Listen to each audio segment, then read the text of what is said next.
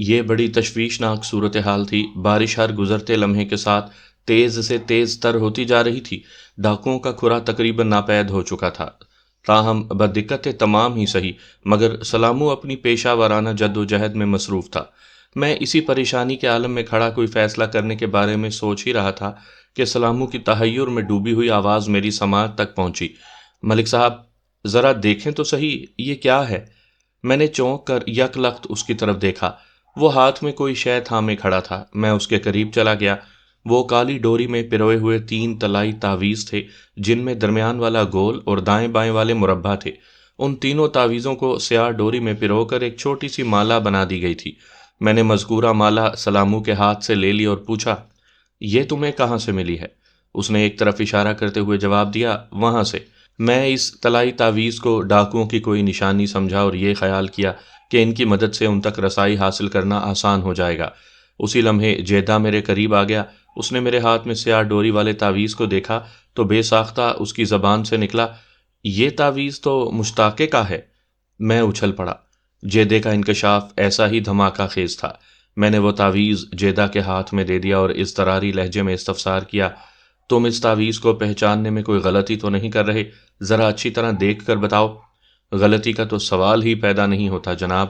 وہ مذکورہ تعویذ کو اپنے ہاتھوں میں گھمانے پھرانے کے بعد حتمی لہجے میں بولا، یہ تعویذ میں نے خود کئی مرتبہ مشتاقے کے گلے میں دیکھا ہے۔ ایسا کوئی اور تعویذ کبھی میری نگاہ سے نہیں گزرا۔ حالات و واقعات کی روشنی میں جیدے کے وثوق کو دیکھتے ہوئے میں ایک حتمی نتیجے پر پہنچ گیا اور اسی برستی بارش میں واپسی کی راہ پکڑ لی۔ سامعین کرام، آپ سن رہے ہیں ملک صفدر حیات کی تفتیشی داستانوں کے سلسلے میں ایک دلچسپ اردو داستان جس کا نام ہے دوسرا زاویہ۔ یہ اس سلسلے کی آخری اور قسط نمبر 5 ہے۔ مجھے امید ہے آپ کو میری یہ کاوش پسند آئی ہوگی۔ آپ نے اگر ابھی تک میرا چینل کہانی گھر سبسکرائب نہیں کیا تو ابھی میرے چینل کو سبسکرائب کر کے بیل نوٹیفیکیشن آن کر لیجئے تاکہ آنے والی ہر نئی کہانی کی اطلاع بر وقت آپ تک پہنچ سکے۔ زخمی مشتاقہ میرے سامنے حیران و پریشان کھڑا تھا۔ گزشتہ روز تعویذ کی دریافت کے بعد ہم تینوں واپسی کی راہ اختیار کر کے سیدھا موزہ کوٹ جھمرا پہنچے تھے، اور اتفاق دیکھیے کہ جیسے ہی ہم نے کوٹ جھمرا کی حدود میں قدم رکھا بارش تھم گئی۔ میں نے چودھری سکندر علی کی حویلی کا رخ کرنے کے بجائے ASI فدا حسین اور مخبر نبی بخش کو تلاش کر لیا۔ اس مضبوط کیس کا ایک سرا میرے ہاتھ لگ گیا تھا، لہٰذا میں نے ادھر ادھر کے محاذوں پر تباہ آزمائی نہیں کی۔ میرے سامنے جو محاذ کھل گیا تھا وہ کامیابی کا دروازہ تھا۔ میں نے فدا حسین اور نبی بخش کو خصوصی ہدایات کے ساتھ موزہ سکھے کی روانہ کر دیا۔ میں نے ان سے جو کچھ بھی کہا تھا وہ جیدہ کے کان تک نہیں پہنچ سکا تھا۔ اس سلسلے میں رازداری کی بڑی اہمیت تھی۔ میرے حکم پر انہوں نے مشتاق عرف مشتاقے کو گرفتار کر کے تھانے پہنچانا تھا۔ میں خود جیدہ اور سلامو کو اپنے ساتھ لے کر تھانے آ گیا۔ سلامو کو تو بہرحال جمال پور تارڑ آنا ہی تھا، جیدہ کو میں نے ایک خاص مقصد کے تحت اپنے ساتھ لیا تھا۔ مشتاق کے طلائی تعویذ کو اسی نے شناخت کیا تھا۔ وہ اگر آزادانہ سکھے کی پہنچ جاتا تو کوئی گڑبڑ ہو سکتی تھی، اور اس گڑبڑ کے نتیجے میں مشتاقہ کی گرفتاری میں کوئی رکاوٹ کھڑی ہو سکتی تھی۔ میری حکمت عملی نے کام دکھایا اور کسی دشواری کے بغیر فدا حسین کل رات گئے مشتاقہ کو گرفتار کر کے تھانے لے آیا تھا، اور آج صبح ہی صبح وہ میرے سامنے پیش تھا۔ گزشتہ رات کا نصف آخر اس نے میرے تھانے کی حوالات میں گزارا تھا۔ آج مجھ سے ملاقات ہوئی تو اس کی حالت دیدنی تھی۔ گزشتہ رات کے متعدد سوالات کے جواب میں اسے کچھ نہیں بتایا گیا تھا، اسی لیے وہ سراپا سوال بنا میرے سامنے کھڑا تھا۔ میں نے گہری نظر سے اسے گھورنے کا عمل جاری رکھا تو اس کے صبر کا پیمانہ لبریز ہو گیا۔ روحانسی آواز میں اس نے مجھ سے استفسار کیا، تھانے دار صاحب، آپ نے مجھے حوالات میں کیوں بند کر دیا ہے؟ میں تمہارے کندھے کا آپریشن کرنا چاہتا ہوں، میں نے سلگتے ہوئے لہجے میں کہا۔ میں محسوس کر رہا ہوں کہ محض پٹی سے کام نہیں چلے گا، ایک فوری آپریشن بہت ضروری ہے۔ وہ چند لمحات تک سہمی ہوئی نظر سے مجھے دیکھتا رہا، پھر الجھے ہوئے لہجے میں بولا، جناب، آپ کی باتیں میری سمجھ میں نہیں آ رہی، پتہ نہیں آپ کیا کہہ رہی ہیں۔ سب کچھ ابھی تمہاری سمجھ میں آ جائے گا، میں نے زہریلے لہجے میں کہا۔ اس تھانے میں مشکل سے مشکل بات سمجھانے کا بڑا اچھا بندوبست ہے، ایسا آپریشن تھیٹر دنیا میں کہیں نہیں پایا جاتا۔ وہ ہراساں نظر سے مجھے تکنے لگا۔ میں نے اس کے چہرے کو متغیر ہوتے دیکھا۔ پولیس کی کسٹڈی میں آیا ہوا کوئی بھی شخص پریشان تو ہوتا ہی ہے، لیکن مشتاقے کی پریشانی مجھے قدرے مختلف نوعیت کی لگی۔ میری تجربہ کار آنکھوں نے فوراً بھانپ لیا کہ دال میں کچھ کالا ہے۔ میں نے اس کے اعصاب کو توڑنے کی غرض سے کہا، آپریشن سے پہلے میں تمہاری یادداشت کا امتحان لینا چاہتا ہوں، یہ نہ ہو کہ بعد میں تم خود کو پہچاننے کے قابل بھی نہ رہو۔ بتاؤ تمہارا نام کیا ہے؟ میرا یہ انداز اس کی سمجھ کے اوپر سے گزر گیا، تاہم جواب دینا بھی ضروری تھا، لہٰذا الجھن زدہ لہجے میں بولا، مشتاق عرف مشتاقہ۔ تم چودھری کے خاص بندے ہو؟ جی ہاں، میں اس چودھری خاندان کا پرانا نمک خوار ہوں۔ تم قابل اعتماد نمک خوار ہو۔ میں نے بدستور اس کی آنکھوں میں جھانکتے ہوئے جراح جاری رکھی، اسی لیے تمہیں ریحانہ کی حفاظت پر مامور کیا گیا تھا، اور تم نے اپنی جان کو داؤ پر لگا کر اس کی حفاظت کرنے کی کوشش بھی کی ہے۔ جناب، مجھے اس بات کا سخت افسوس ہے کہ میں ریحانہ بی بی کو ڈاکوؤں کے چنگل سے نکال نہ سکا۔ وہ ندامت آمیز انداز میں گردن کو جھٹکتے ہوئے بولا۔ میں نے کہا، تم ڈاکوؤں کا تعاقب کرتے ہوئے ذخیرے کے آخری حصے تک پہنچ گئے تھے، اور وہاں ڈاکوؤں نے پلٹ کر تم پر فائرنگ کر دی۔ اس فائرنگ میں تمہارا گھوڑا جان سے گیا، اور تم گھوڑے کی پیٹھ پر سے الٹ کر ایسے گرے کہ پھر اٹھنے کی ہمت نہ ہو سکی۔ ایک گولی تمہارے بائیں کندھے میں بھی لگی، تم زخمی ہو کر زمین بوس ہو گئے۔ ڈاکو ریحانہ کو لے کر 9-2-11 ہو گئے۔ کیا میں غلط کہہ رہا ہوں؟ وہ جزبز ہوتے ہوئے بولا، نہیں جناب، آپ بالکل ٹھیک کہہ رہی ہیں۔ میں نے مزید کہا، اگر چودھری وقار کے بھیجے ہوئے گھڑ سوار تمہارے پاس سے نہ گزرتے تو شاید تم زخمی حالت میں وہیں پڑے رہتے۔ تمہاری قسمت اچھی تھی کہ انہوں نے تمہیں مردہ گھوڑے کے پاس پڑے دیکھ لیا۔ یہ تمہیں اٹھا کر نہر کے کنارے تک لے آئے۔ ایک شخص تمہاری حفاظت اور دیکھ بھال کے خیال سے وہیں رک گیا۔ باقی ریحانہ کی تلاش میں کوٹ جھمرہ کی جانب روانہ ہو گئے۔ کچھ دیر بعد وہ ناکام و نامراد واپس آئے، پھر تمہیں اپنے ساتھ لے کر رات گئے موضع سکھے کی پہنچ گئے۔ تم نے مجھے یہی بیان دیا تھا نا؟ جی ہاں، جی یہی حقیقت ہے، میں نے 16 آنے سچ بولا ہے، اس نے کہا۔ میں چند لمحات تک سوچتی ہوئی نظروں سے اسے دیکھتا رہا، پھر ٹھہرے ہوئے لہجے میں کہا، ابھی تک تم نے تمام سوالات کے بالکل درست جواب دیے ہیں، اب میں تم سے آخری 2 سوال کروں گا، لہٰذا نہایت ہی سوچ سمجھ کر جواب دینا۔ وہ متذبذب مگر سہمی ہوئی نگاہ سے مجھے دیکھنے لگا۔ میں نے استفسار کیا، جب چودھری وقار کے بندے تمہیں نہر کے کنارے چھوڑ کر کوٹ جھمرہ کی طرف چلے گئے تھے تو ان کی واپسی کے دوران تم نہر کے کنارے سے اٹھ کر کہیں اور بھی گئے تھے؟ نہیں، وہ قطعیت سے بولا، بالکل نہیں، مجھ میں اتنی سکت کہاں تھی جناب۔ شاباش، میں نے تیکھے انداز میں سراہا۔ اب آخری سوال۔ میں نے اتنا کہہ کر دانستہ توقف کیا تو وہ بے چین نظر سے مجھے تکنے لگا۔ چند لمحے خاموش رہنے کے بعد میں نے اچانک پوچھ لیا، مشتاقہ، تمہارا طلائی تعویذ کہاں ہے؟ بے ساختہ اس کا دایاں ہاتھ گریبان کی طرف چلا گیا۔ وہ اپنی گردن کو ٹٹولتے ہوئے بڑبڑایا، تعویذ؟ میں اس دوران گہری نظر سے اس کے چہرے پر نمودار ہونے والے تاثرات کا جائزہ لے رہا تھا۔ میں نے محسوس کیا کہ تعویذ کے ذکر نے اسے بری طرح بوکھلا دیا تھا۔ جب کچھ اس کی سمجھ میں نہ آیا تو بات بناتے ہوئے اس نے کہہ دیا، میرا سونے کا تعویذ گھر میں رکھا ہے جناب۔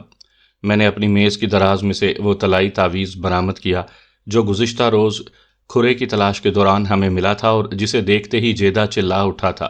یہ تعویذ تو مشتاقے کا ہے۔ پھر میرے استفسار پر اس نے بتایا تھا کہ اس نے مذکورہ طلائی تعویذ کئی مرتبہ مشتاقے کے گلے میں دیکھا تھا۔ میں نے اس طلائی تعویذ کو مشتاقہ کی آنکھوں کے سامنے لہراتے ہوئے تہکمانہ لہجے میں پوچھا، اس کو پہچانتے ہو؟ جی، وہ لکنت زدہ لہجے میں بولا، یہی ہے وہ تعویذ، یہ میرا ہی تعویذ ہے۔ اس کے انداز سے بے پناہ بوکھلاہٹ جھلکتی تھی۔ میں نے جارحانہ انداز میں پوچھا، اگر تم نے اپنے طلائی تعویذ کو گھر میں رکھا ہوا ہے تو پھر یہ میرے پاس کیسے پہنچ گیا؟ اس کی سمجھ میں نہ آیا کہ کیا جواب دے۔ پراگندہ انداز میں پوچھ بیٹھا، یہ آپ کے پاس کیسے پہنچا؟ میں نے نہایت ہی مختصر مگر جامع الفاظ میں اس کے اہم کانہ سوال کا دھواں دھار جواب دیا تو وہ بے پناہ خوف زدہ ہو گیا اور بڑی بڑی قسمیں کھا کر کہنے لگا، میں کچھ نہیں جانتا، میں تو نہر کے کنارے تک ہی محدود رہا تھا۔ میں کیا بتاؤں کہ میرا سونے کا تعویذ نہر سے 1 میل دور کیسے چلا گیا؟ نہیں، یہ کیسا جادو ہے؟ میں تو خود بھی بہت حیران ہوں۔ تمہیں حیران یا پریشان ہونے کی قطعاً کوئی ضرورت نہیں ہے مشتاقہ، میں نے اس کی آنکھوں میں دیکھتے ہوئے غراہٹ آمیز لہجے میں کہا۔ میں تمہارا جو آپریشن کرنے والا ہوں اس کے بعد تمہارا کوئی مسئلہ باقی نہیں رہے گا۔ اس کے بعد میں نے حوالدار مولا بخش کو اپنے کمرے میں بلا لیا۔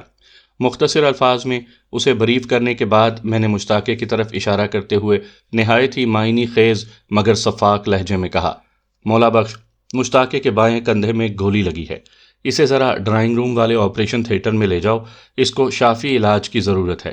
ڈاکوؤں کی چلائی ہوئی گولی نے اس کی زبان میں ٹیڑھ پیدا کر دی ہے، یہ سوچتا کچھ اور بولتا کچھ ہے۔ تمہیں اس کی زبان کھلوانا ہے، تم میرا مطلب سمجھ رہے ہو نا؟ بڑی چنگی طرح ملک صاحب، مولا بخش اپنی مونچھوں پر ہاتھ پھیرتے ہوئے بولا۔ آپ فکر ہی نہ کریں، میں 3 منٹی یعنی 3 منٹ کے اندر اس کی ٹیڑھی زبان کو سیدھا کر کے اس طرح رواں دواں کر دوں گا جیسے راوی اور چناب بہتے ہیں۔ پھر وہ مشتاقہ کو اپنے ساتھ لے کر ٹرائل روم کی طرف چلا گیا۔